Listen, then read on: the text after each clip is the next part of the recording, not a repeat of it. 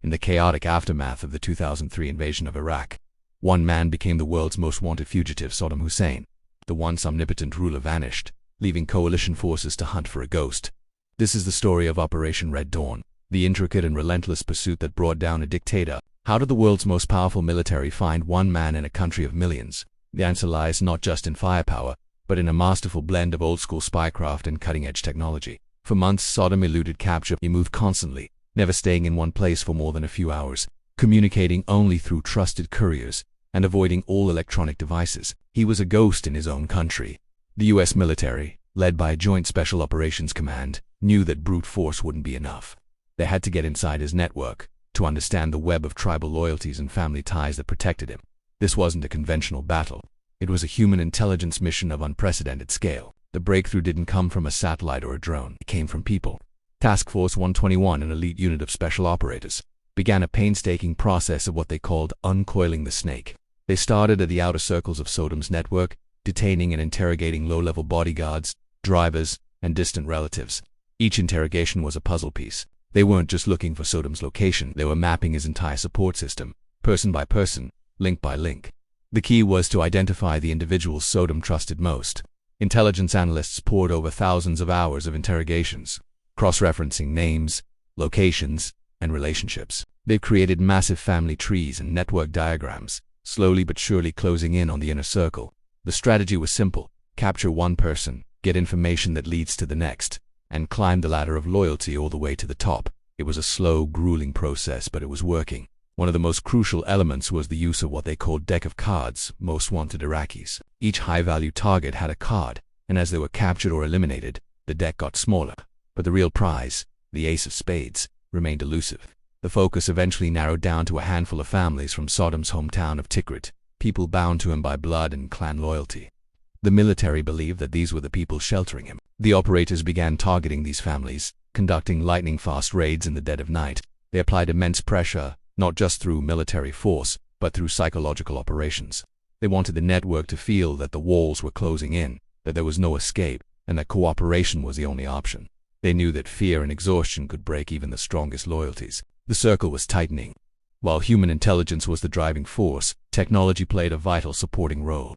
Drones like the Predator provided persistent surveillance over key areas, watching roads and compounds for any sign of activity. Signals intelligence units monitored communications, hoping to intercept a mistake.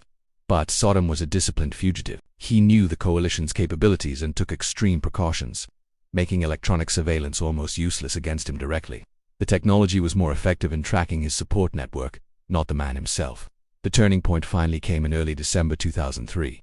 After a raid, special forces captured a key individual, a man described as Saddam's right-hand man, Mohammed Ibrahim Omar al-Muslit. He was one of the few people who knew Saddam's movements.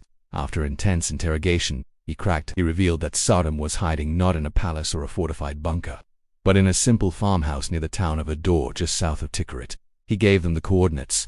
On the evening of December 13, 2003, Operation Red Dawn reached its climax. Based on the informant's tip, U.S. forces, primarily from the 4th Infantry Division and Task Force 121, swarmed to farmsteads, codenamed Wolverine 1 and Wolverine 2. Initially, the search turned up nothing.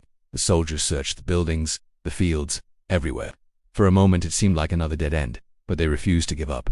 They knew he had to be close. One soldier noticed a section of ground near a small mud hut that looked out a blazer rug, some dirt, and a pulled cord. As they cleared the area, they pulled on the cord, revealing a styrofoam plug. Beneath it was a dark, narrow hole. It was a spider hole, a cramped, underground hiding spot, just big enough for one person. A soldier tossed a grenade inside a fragmentation grenade, intended to scare, not to kill. A moment later, a pair of hands emerged from the darkness. A disheveled, bearded man with matted hair surrendered, saying in Arabic, "I am Saddam Hussein, President of Iraq, and I am willing to negotiate." The soldier famously replied, "President Bush sends his regards." The man who had once ruled Iraq with an iron fist, who had lived in opulent palaces, was found hiding in a hole in the ground. He had a pistol with him but hadn't fired a shot. The hunt was over.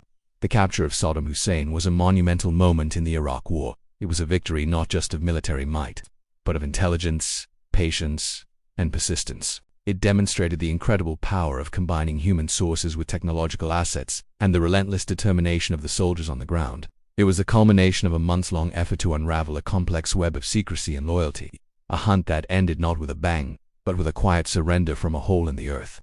Thank you so much for watching. This story is a testament to the complex operations that often happen behind the headlines. If you found this deep dive interesting, please hit that like button.